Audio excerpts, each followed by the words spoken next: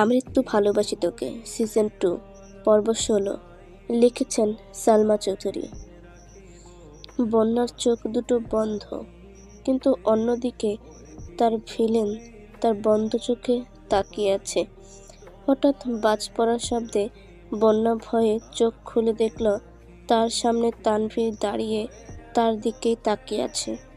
বন্যা আরও বেশি ভয় পেয়ে তানভীরকে জড়িয়ে ধরল। তানভীর হাসল, তার শখের নারীকে শক্ত করে জড়িয়ে ধরল। বলল, বন্যা, তোমাকে আজ বন্যা ফুলের মতো লাগছে। জানো, ছোটবেলা যখন নানুর বাড়িতে যেতাম, তখন আমরা সব কাজিনরা ঘুড়ি উড়াতে যেতাম।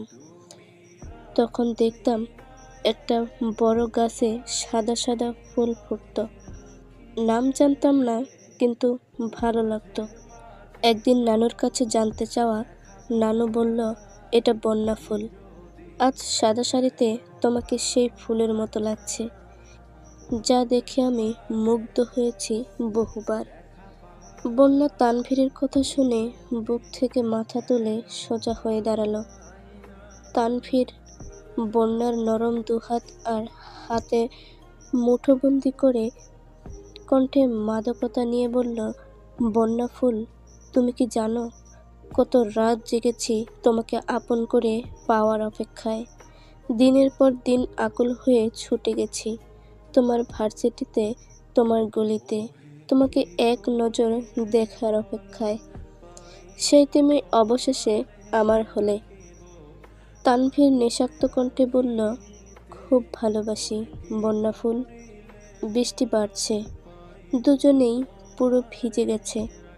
বন্যা তানভীরের হাতের মুঠো থেকে নিজের হাতটা সরিয়ে নিয়ে দৌড়ে ছুটে গেল ছাদের মাঝখানে। তানভীর মোহনীয় দৃষ্টিতে তাকিয়ে আছে। বৃষ্টির টুপটাপ শব্দের সাথে বন্যার পায়ের নুপুরের ছন্দ যেন তানভীরের কানে সুরের ঝংকার তুলছে। সাদা শাড়িটি বন্যার গায়ে আষ্টে পৃষ্ঠে লেগে আছে। তানভীর এক মুহূর্ত তাকিয়ে চোখ সরিয়ে নিল। তারপর ভাবল, ও তো আমার বন্যা ফুল, একান্তই আমার নিজস্ব। বন্যা প্রবল বৃষ্টির মাঝে ছাদের মাঝখানে দাঁড়িয়ে জোরে চিৎকার করে বলল, ভালোবাসি ভিলেন, খুব খুব খুব ভালোবাসি, ভীষণ ভালোবাসি। আমার এই 20 বছরের জীবনে হৃদয়ে যত ভালোবাসা সঞ্চিত করেছি, সবটা আমি তোমায় দিতে চাই। তানভীর বন্যাকে পেছন থেকে কোমর জড়িয়ে ধরল। মুহূর্তেই বন্যার সারা শরীর কাঁপুনি দিয়ে উঠল। শরীরটা তার কাঁপছে। তানভীর বন্যার বৃষ্টি ভেজা চুলের ঘ্রাণ নেওয়ায় মগ্ন। হঠাৎই বন্যা সামনে ঘুরে তানভীরকে শক্ত করে জড়িয়ে ধরল। তানভীর বন্যার সদ্য ভেজা নরম নরম কোমল ঠোঁটে ঠোঁট ডুবালো। বন্যা আবেশে চোখ বন্ধ করে আছে। হঠাৎ বন্যা নিজেকে শূন্যে অনুভব করল। চোখ মেলে দেখল তানভীর তাকে কোলে তুলে রুমের দিকে যাচ্ছে। এখান থেকে সিন কাট হয়েছে। আহিয়ার আব্বু, আপনি কোথায়? লোডশেডিং বুঝতে পেরে আবির তাড়াহুড়া করে ওয়াশরুম থেকে বের হয়ে এসেছে। বলল, এই তো আমি চলে এসেছি, তুমি ভয় পেও না। মেঘ বলল, ফোনের ফ্ল্যাশটা অন করুন প্লিজ। আবির বলল, কিভাবে করব? তুমি তো আমায় জড়িয়ে ধরে আছো। আসলে প্রচুর বিদ্যুৎ চমকাচ্ছে বাহিরে, আমার ভয় লাগছে খুব। আবির একটু হাসল, হাত বাড়িয়ে পাশের টেবিলে থাকা মাটির প্রদীপগুলো জ্বলালো। মেঘ তো অবাক, রুমে মাটির প্রদীপ কিভাবে আসলো? মেঘের প্রশ্নে আবির বলল, তানভীরের রুম সাজানোর জন্য বেশি করে আনিয়েছিলাম, সেখান থেকে তোমার জন্য এনেছি। মেঘ আবিরকে শক্ত করে জড়িয়ে ধরে বলল, আহিয়ার আব্বু, আপনার মতো করে আমার কেউ বোঝে না। আবির আবারও হাসল। মেঘের হাসি মুখ দেখলে তার মুখের সাহসায় হাসি ফুটে ওঠে। মনে হয় আবিরের প্রাণ হাসছে। অন্ধকারে মিম ফোনের ফ্ল্যাশ জ্বালিয়ে নিচতলায় মায়ের রুমে যাচ্ছে। হঠাৎই কেউ তার মুখ চেপে ধরেছে। মিম ভয়ে অজ্ঞান প্রায়, চিৎকার করতে পারছে না।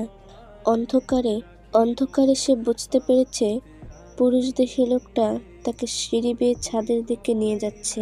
মিম কাঁপছে আর মনে মনে আওড়াচ্ছে, আল্লাহ আমাকে বাঁচাও, বাসায় মনে হয় ডাকাত পড়েছে। আচ্ছা, আমাকে কি ছাদ থেকে ফেলে দিবে, নাকি ছাদে পাইপ বেয়ে কিডন্যাপ করে নিয়ে যাবে? ভাবতে মিমের সারা শরীর কাঁপছে।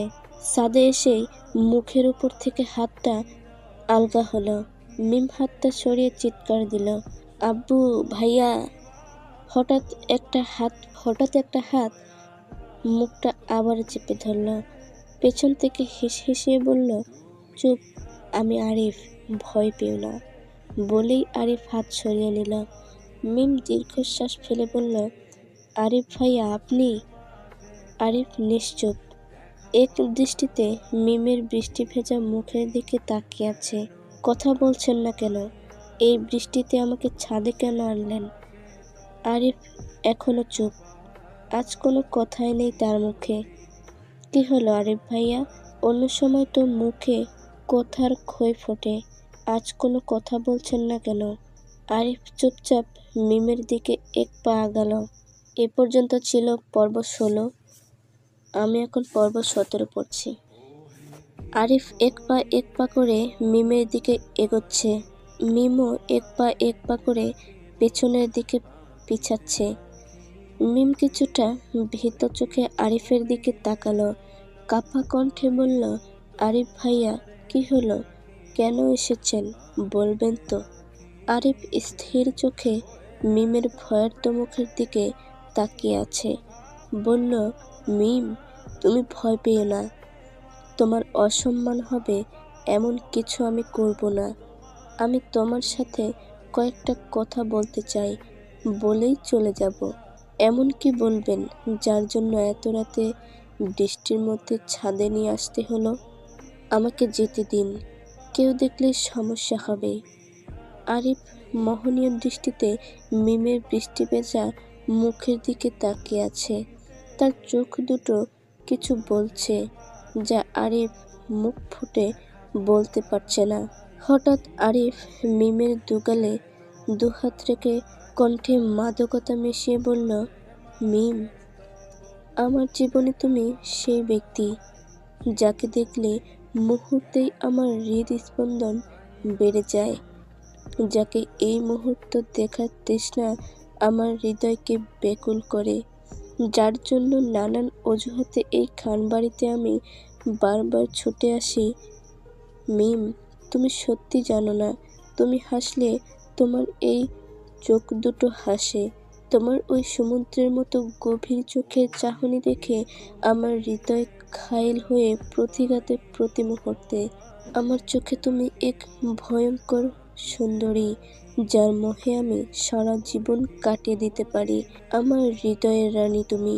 তুমি কি আমার হবে? থাকবে সারা জীবন আমার সাথে? দুজন হাতে হাত রেখে পথ চলবো একসাথে, কথা দিচ্ছি। কোনো অভিযোগ করার সুযোগই দেব না। ভালোবাসি, ভীষণ ভালোবাসি, খুব খুব ভালোবাসি। মিম নিশ্চুপ, সে অবাক, কিন্তু তার চোখ দুটো শান্ত। মিম শান্ত দৃষ্টিতে আরিফের মুখ পানে তাকিয়ে আছে। কি থেকে কি হয়ে যাচ্ছে সব তার মস্তিষ্কের উপর দিয়ে যাচ্ছে। মিম কিছুই বুঝতে পারছে না। এটা দেখে আরিফ তার দু কাঁধে হাত রেখে ঝাঁকুনি দিয়ে বলল, মিম, তুমি কি শুনতে পাচ্ছ আমার কথা? তুমি কি উপলব্ধি করছো এই হৃদয়ের ব্যাকুলতা? মিমের মনে হয় কিছুটা হুঁশ ফিরল। বলল, ভাইয়া, কি বলছেন এসব? আমার খুব ভয় করছে, আমাকে যেতে দিন প্লিজ। বলেই মিম গেটের দিকে পা বাড়ালো। পেছন থেকে আরিফ তার এক হাত ধরে বলল, চলে যাচ্ছ যাও, পালাচ্ছ পালাও, কিন্তু যত দূরেই পালাও তুমি কিন্তু আমারই। আমি যতটা শান্ত, তোমাকে ছাড়া আমি ততটাই ভয়ঙ্কর। আরিফ হাতটা ছাড়তেই মিম দৌড়ে ছুটে পালালো রুমের দিকে। ঠাস করে রুমের দরজা বন্ধ করে মিম দরজার কাঠ থেকে হাঁটু ভেঙে নিচে বসে পড়ল। তার হাত পা থরথর করে কাঁপছে। কি হচ্ছে এসব? মিম কিছুটা আরিফকে পছন্দ করলেও সে কখনো এমন কিছু আশা করেনি মোটেও। মিমের কিশোরী হৃদয় আরিফের মোহমায়ায় আটকে গেছে, কিন্তু তা সে কি করে স্বীকার করবে আরিফের কাছে? ভাবতেই তার লজ্জায় মরি মরি অবস্থা। তাছাড়া ফ্যামিলি কি মানবে? ভাইয়ারা কি কখনো মানবে? ভাবতে ভাবতেই মিম ফ্লোরে শুয়ে পড়ল। আরিফকে নিয়ে এখন লজ্জার সাথে সাথে মিমের ভয়ও কাজ করছে। আজ আরিফের কয়েকটা কথা শুনে মনে হয়েছে আরিফ মিমকে ঠান্ডা স্বরে হুমকি দিয়েছে। কি করবে সে? ভাবতেই তার মাথা ঘুরে যাচ্ছে। ভাবতে ভাবতে ক্লান্ত মস্তিষ্ক নিয়ে মিম ফ্লোরেই ঘুমের রাজ্যে তলিয়ে গেল। ফজরের আজান পড়েছে চারদিকে। তানভীর বন্যার মাথায় হাত বুলিয়ে ডাকছে, বন্যা, বন্যা ফুল, ওঠো, ফজরের আজান দিচ্ছে। বন্যা ঘুমো ঘুমো চোখে তাকালো, দেখল সামনে তানভীর তার মুখের দিকে ঝুঁকে আছে। আ আ চিৎকার দিয়ে শোয়া থেকে উঠে বসলো। শরীরের দিকে তাকিয়ে দেখল একটা টি শার্ট পরা। এই টি শার্টটি কার সে নিজেও জানে না। ভয়ার্ত কণ্ঠে বলল, আপনি এখানে কি করেন? আমার বাড়িতে এত রাতে কিভাবে ঢুকলেন? আমাকে চেঞ্জ করিয়েছে কে? বেচারা তানভীর হতভম্ব মুখ নিয়ে তাকিয়ে আছে। এ কি হলো? তার বউ এ কি বলছে? তানভীর নিজেকে কিছুটা শান্ত করে বলল, বন্যা ফুল, তুমি কি ভুলে গেছ? গতকাল আমাদের বিয়ে হয়েছে, তুমি এখন আমাদের বাড়িতে। বন্যা স্তব্ধ হয়ে গেল। ঠিকই তো, সে তো এখন খান বাড়িতে। তানভীর তার স্বামী। বন্যা আস্তে আস্তে বলল, ইয়ে মানে আসলে আপনি যেভাবে মুখের ওপর ঝুঁকেছিলেন আমি তো ভয় পেয়ে গিয়েছিলাম, আর হঠাৎ করে ঘুম ভাঙায় সব গুলিয়ে ফেলেছিলাম। তানভীর হাসল। ঠিক আছে, নো প্রবলেম, এখন গোসলে যাও। চারদিকে আজান পড়েছে, এসে ফজরের নামাজ আদায় করো। আমি মসজিদে যাচ্ছি। বন্যা বলল, ঠিক আছে।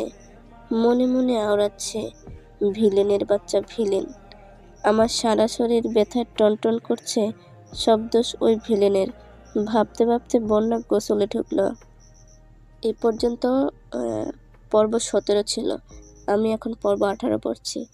সকাল 8টা বাজে। খানবাড়ির ডাইনিং টেবিলে সবাই সকালের নাস্তা করছে।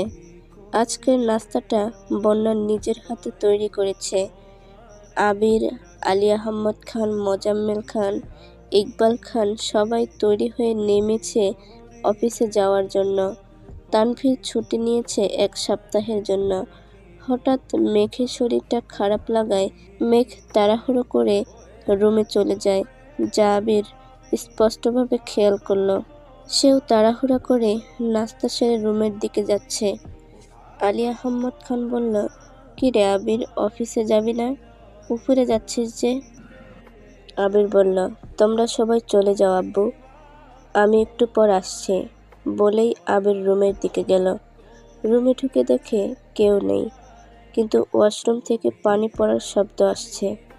আবির সামনে এগিয়ে যেতে দেখল ওয়াশরুমের দরজাটা খোলাই আছে। মনে হচ্ছে মেঘ বমি করছে।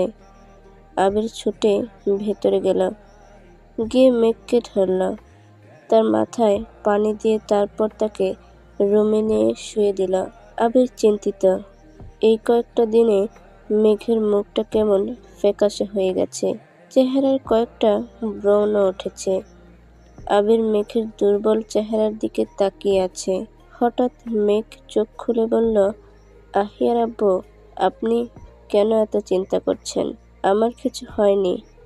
আম্মু বলেছে এই সময় মেয়েদের একটু এরকম হয়। আবির চুপ হয়ে আছে, তার মুখে কোনো কথা নেই। মেঘকে সে এই অবস্থায় দেখতে পারছে না, কিন্তু তার কিছুই করার নেই, কারণ এই রোগের কোনো ঔষধ তার জানা নেই। মেঘ হঠাৎ ফিক করে হেসে দিল। আবির ভ্রুকুচকে তাকিয়ে আছে, বলল, হাসছো কেন? আচ্ছা আহিয়ার আব্বু, আমার একটু অসুস্থতা শুনে তুমি এতটা বেকুব হও? যদি আহিয়া হওয়ার সময় আমি মারা যাই? আবির চমকে উঠে দাঁড়ালো। মেঘ আবিরের রক্তচক্ষু দেখে ভয়ে ভয়ে বলল, না মানে এমনি বলছি, নেক্সট টাইম এমনিও বলবে না। আবির মেঘের কপালে একটা চুমু দিয়ে বলল, তোমার কি এখন একটু ভালো লাগছে? আমি কি অফিসে যাব নাকি আজকে ছুটি নিয়ে বাড়িতে থাকবো? আপনি যান, আমি ঠিক আছি। আবির মেঘের কাছ থেকে বিদায় নিয়ে অফিসে রওনা হলো। আজ একটা গুরুত্বপূর্ণ মিটিং আছে। ননদিনী, রুমে আসবো? মজা নিচ্ছিস? আমার রুমে আসার জন্য তোর কি পারমিশনের প্রয়োজন আছে? বন্যা হাসল। ভিতরে ঢুকতে ঢুকতে বলল, এটা তো আর তোর একলা রুম না, এটা আমার সদ্যিয়া বড় ভাসুরের রুমও বটে। এই পর্যায়ে মেঘও হাসলা। তোর শরীর এখন কেমন? ভালো। আগে তোর খবর বল। আমার আবার কি খবর? এই যে আমার ভাই ঠিকঠাক খেয়াল আদর যত্ন রাখছে কিনা? তোর যে ভাই, দেখলেই মনে হয় সারাদিন মাথায় করে এক বস্তা রাগ নিয়ে হাঁটে। কেন বেবি, ভাইয়া কি তোমায় ভালোবাসে না? খুব ভালোবাসে। মেঘ আর বন্যা কথা বলছে, তার মাঝেই তো পাশের রুম থেকে তানভীর বন্যাকে ডাকছে।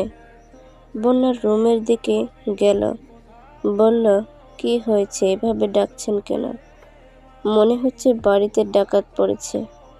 বন্যার কথা শুনে তানভীর একটু হাসল, পেছন থেকে জড়িয়ে ধরে বলল, বন্যা ফুল, তুমি কোথায় গিয়েছিলে? বন্যা কিছুটা লাজুক হয়ে মাথাটা নেতিয়ে রেখেছে। তানভীর তার কানে একটা চুমু দিয়ে বলল, তাড়াতাড়ি রেডি হও, আমরা আজকে বিকেলে 5টায় বান্দরবন যাচ্ছি। বন্যা তার বড় বড় চোখ দুটিকে গোল গোল করে তাকিয়ে আছে। তানভীরের অভিব্যক্তি বোঝার সাধ্য তার নেই। হঠাৎ বান্দরবন কেন? কয়েকদিন পরে গেলেও তো চলতো। কেন, কোনো সমস্যা? না মানে মেঘের শরীরটা ভালো নেই, এই সময় বাড়ি থেকে বের হওয়া কেমন দেখায় না? সমস্যা নেই, ভাইয়া বলেছে যেতে। আবির ভাই যেতে বলেছে? আমাদের জন্য 7 দিনের হানিমুন প্যাকেজ ভাইয়াই ঠিক করেছে। এটা আমায় ভাইয়া গিফট করেছে। বলেই পকেট থেকে 2টা 7 দিনের হানিমুন প্যাকেজের বান্দরবনের টিকিট মিলে দেখালো। বন্যা মৃদু হাসল, বলল, আমি মনে হয় পৃথিবীতে প্রথম নতুন বউ যে ভাসুরের হাত থেকে হানিমুনের টিকিট পেয়েছে। তো এই পর্যন্ত ছিল পর্ব 8। আমি এখন পর্ব 19 পড়া শুরু করছি। তো আমার পড়ার সময় অনেক ভুল ত্রুটি হতে পারে, অবশ্যই আপনারা ক্ষমার দৃষ্টিতে দেখবেন, আমি শুদ্ধে নেওয়ার চেষ্টা করব। বিকেল 3টা বাজে। মিম সোফার রুমে বসে টিভি দেখছে। তখনই বাইকের শব্দ পেয়ে ঘাড় ঘুরিয়ে বাইরের দিকে তাকালো। তাকিয়ে দেখল আবির এসেছে। আবির ভাইয়াকে দেখে সাথে সাথে টিভিটা অফ করে দিয়ে নিজের রুমের দিকে ছুটল।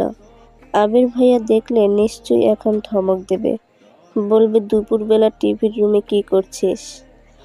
মালিহা খান, হালিমা খান, আকলিমা খান, মেঘ ও আদি সবাই যার যার রুমে রেস্ট নিচ্ছে।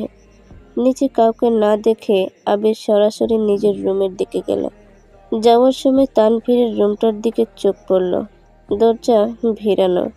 তানভীরের সাথে একটু দেখা করা প্রয়োজন, কিন্তু এখন তো সরাসরি আর তানভীরের রুমে ঢোকা যাবে না। এখন তানভীর ছাড়া ওই রুমে বন্যাও থাকে। তাই আবির নিজের রুমের দিকে গেল। আবির রুমের দরজাটা মৃদু ধাক্কা দিল। সামনে তাকিয়ে দেখল বিছানায় তার মেঘ শুয়ে শুয়ে উপন্যাসের বই পড়ছে। কিন্তু এ কি, মেঘ বই পড়ছে আর কাঁদছে কেন? আবির ছুটে গেল মেঘের দিকে। কি হয়েছে তোর মেঘ? মেঘ আবিরের শব্দ পেয়ে চোখ তুলে তাকালো। আবির মেঘের রক্ত লাল চোখের দিকে তাকিয়ে উতলা কণ্ঠে জিজ্ঞাসা করল, কি হয়েছে তোর? কে কি বলেছে বল আমায়। কি রে, কথা বলছিস না কেন? মেঘ আবিরকে জড়িয়ে ধরে ফুঁপিয়ে ফুঁপিয়ে কেঁদে দিল। আবির তো মেঘের কান্না দেখতেই স্তব্ধ হয়ে গেল। কি হয়েছে তার মেঘের? কেন সে এভাবে কাঁদছে? আবির বারবার মেঘকে জিজ্ঞাসা করছে, কি হয়েছে তোর? বলবি তো অসুস্থ লাগছে? ডক্টর ডাকবো? কিরে মেঘ, কথা বল। মেঘ কাঁপা কাঁপা আঙ্গুলে উপন্যাসের বইয়ের দিকে দেখিয়ে দিল। আবির বইটাকে হাতে নিয়ে উল্টা পাল্টা দেখে বলল, বইয়ে কি হয়েছে? কোথাও তো কিছু দেখতে পাচ্ছি না। মেঘ কাঁপা কাঁপা আধো আধো কণ্ঠে বলল, গল্পের নামটা শুনে ভালো লেগেছিল, তাই পড়তেছিলাম। কিন্তু গল্পের নায়ক জয়ামির মারা গেছে। আমার খুব কষ্ট হচ্ছে আবির ভাই। আবির শান্ত দৃষ্টিতে মেঘের দিকে তাকিয়ে দীর্ঘশ্বাস ফেলল। বলল, তোর মতো বোকামি আমি আমার জীবনে একটাও দেখিনি। গল্প পড়ে কেউ এভাবে কাঁদে? তুই তো আমাকে ভয় পাইয়ে দিয়েছিস। গল্পের নায়কও মারা যাওয়ায় তুই এভাবে কাঁদছিস? আর যদি আমি মারা যাই তাহলে কি করবি? সাথে সাথে মেঘ হুঙ্কার দিয়ে আবিরের মুখ চেপে ধরল। কি বলছেন এসব? আর কখনো এসব বলবেন না বলেই মেঘ আবিরকে শক্ত করে জড়িয়ে ধরল। আবির মৃদু হাসল। আবিরও মেঘকে জড়িয়ে ধরল।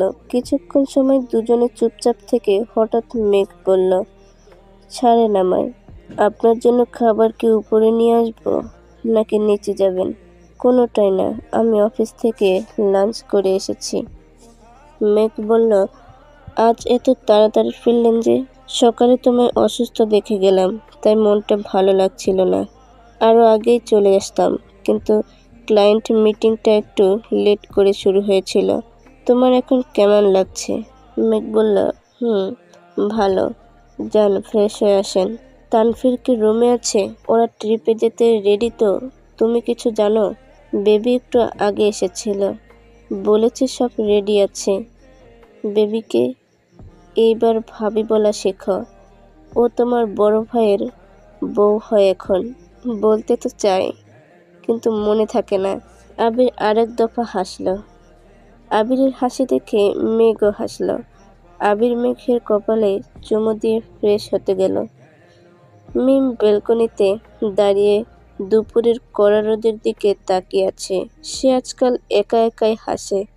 এই যে এখন সকালে কিছু স্মৃতি মনে করে একা একাই হাসছে।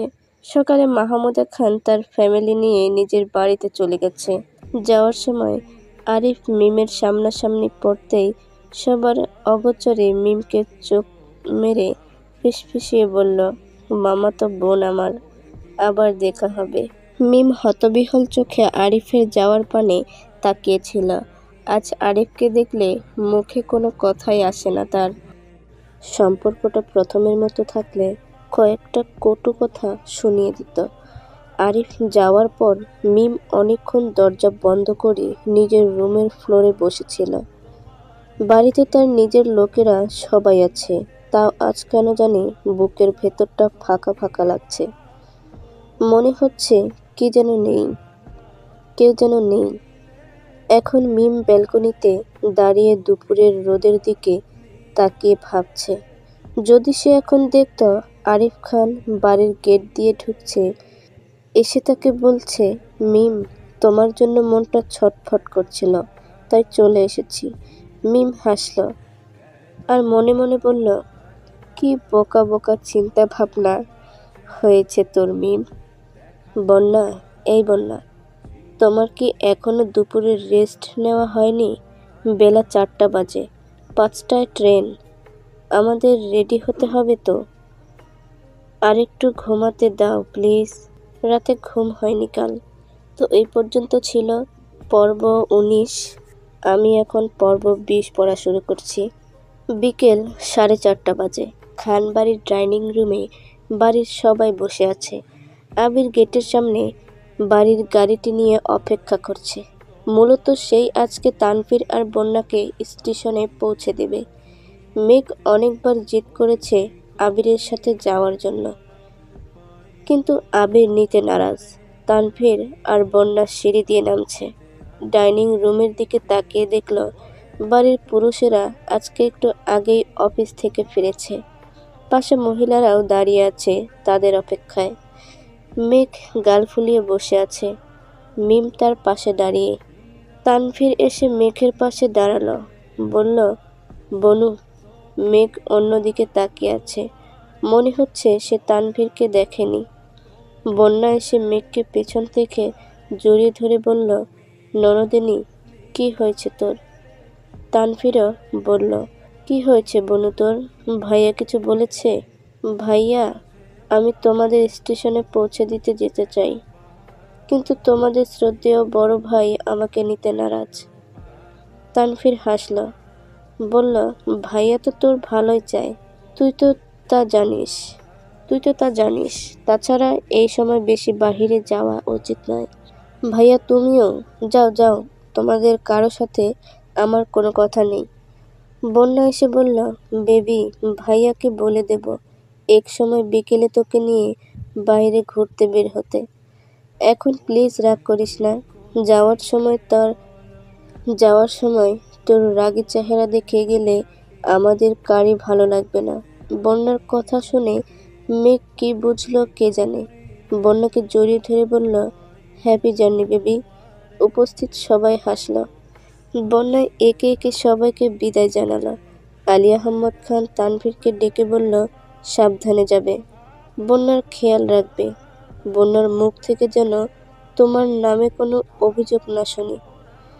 মোজাম্মেল খান বলে উঠল, সারা জীবন ভণ্ডামি তো অনেক করেছ, এখন অন্তত আমার বৌমার খেয়াল রেখো।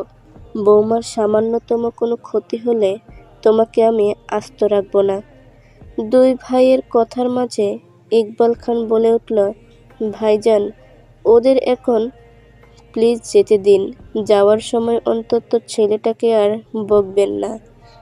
তানভীর ছোট চাচ্চুকে গিয়ে জড়িয়ে ধরল, কানে কানে ফিসফিস করে বলল, থ্যাংক ইউ চাচ্চু। মেঘ ভাইয়াকে জড়িয়ে ধরে বলল, সাবধানে যেও, আমার বেবিটার খেয়াল রেখো। তানভীর হাসল। মেঘ বন্যাকে জড়িয়ে ধরল, বলল, আমার ভাইয়ার খেয়াল রাখিস।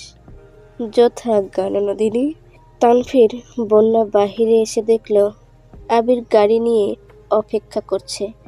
তানভীর ডাইনিং সিটের পাশে বসতে চাওয়ায় আবির ইশারা দিয়ে বলল, পিছনে গিয়ে বন্যার সাথে বসতে। আবিরদের গাড়িটা মুহূর্তে খানবাড়ির গেট পেরিয়ে চলতে থাকল। মেঘ মালিহা খানের কাছে গিয়ে বলল, আমার কফি খেতে ইচ্ছে করছে, প্লিজ প্লিজ আমি নিজে বানিয়ে খাই। একথা শুনেই হালিমা খান ছুটে আসলো। কি রে মেঘ, এই সময় তো তুই কফি খাস না, তাহলে কি মাথা ব্যথা হচ্ছে? মেঘ পড়ল বিপদে। এখন মাকে কি করে বলবে যে সে উপন্যাস পড়ে কেঁদেছে, তাই তার মাথা ব্যথা করছে। অবশ্যই যাওয়ার আগে আবির বারবার জিজ্ঞাসা করেছিল যে মাথা ব্যথা করছে কিনা, সে কফি করে আনবে, কিন্তু মেঘ আবিরকে তা জানায়নি। বর্তমানে আবির ব্যবসার কাজে অনেক বিজি থাকে, তাই মেঘ চায় না তার সামান্য কোনো সমস্যা আবিরকে জানিয়ে টেনশনে ফেলতে। হঠাৎ মালিহা খানের কথায় মেঘের ধ্যান ভাঙল। কিরে, আবার কি ভাবছিস? সোফায় গিয়ে বস, আমি কফি নিয়ে আসছি। মেঘ চুপচাপ গিয়ে সোফায় বসল। আদি আর মিম একটা চকলেট নিয়ে কাড়াকাড়ি করছে। মেঘ উচ্চস্বরে দিল এক ধমক, কিরে মিম, তুইও কি ছোট হয়ে গেছিস? চকলেটটা আদিকে দে। মেঘের ধমক শুনে মিম আদিকে চকলেটটা দিয়ে দিল। আদি তো মহা খুশি, মিমকে একটা ভেঙচি কেটে চকলেটটা নিয়ে দৌড় দিল। মিম বলল, দেখছো আপু, ও যে আমাকে ভেঙচি কেটেছে, এটা তো কেউ দেখে না। মেঘ হাসল। মিমকে কাছে ডেকে বসিয়ে বলল, আবির ভাইয়াকে বলবো তোকে অনেকগুলো চকলেট আর গিফট এনে দিতে। মিম বলে উঠল, মনে থাকে যেন। মালিহা খান কফি এনে মেঘের হাতে ধরিয়ে দিয়ে বলল, শুধু কফি খেলে হবে না, ফল, ডিম, দুধ খেতে হবে। আমার নাতিপুতি যেন তোর মতো কঙ্কাল না হয়। মেঘ বলল, বড় আম্মু, তুমিও কি তোমার ছেলের মতো কথা বলছো? আলী আহমদ খান বলে উঠল, কি হয়েছে মেঘ মামুনি? মেঘ আলী আহমদ খানের কাছে গিয়ে বলল, আব্বাজান, সবাই মিলে কি শুরু করেছে দেখো। কেউ আমাকে কঙ্কাল বলছে, কেউ আবার বলছে আমাকে মেডিকেলে বেচে দেবে। মোজাম্মেল খান এসে রাশভারী কণ্ঠে বলল, কার এত বড় সাহস আমার মেয়েকে মেডিকেলে বিক্রি করে দেবে? বড় ভাবি তোমার ছেলেকে সামলাও, আমার মেয়ে মোটেও কঙ্কাল না। বলেই মেয়ের অগোচরে মুচকি মুচকি হাসল। হালিমা খান এসে বলল, তোমাদের আদরের মেয়েটা ঠিক মতো খাওয়া দাওয়া করে না, দিন দিন শুকিয়ে কাঠ হয়ে যাচ্ছে। তো এই পর্যন্ত ছিল আমৃত্যু ভালোবাসি তোকে সিজন 2 এর পর্ব 20। পরবর্তী পর্বগুলো পেতে চ্যানেলটিকে সাবস্ক্রাইব করে আমাদের সাথেই থাকুন। আর পরের পর্বগুলো আমি খুব দ্রুতই দিব। সবাইকে ধন্যবাদ।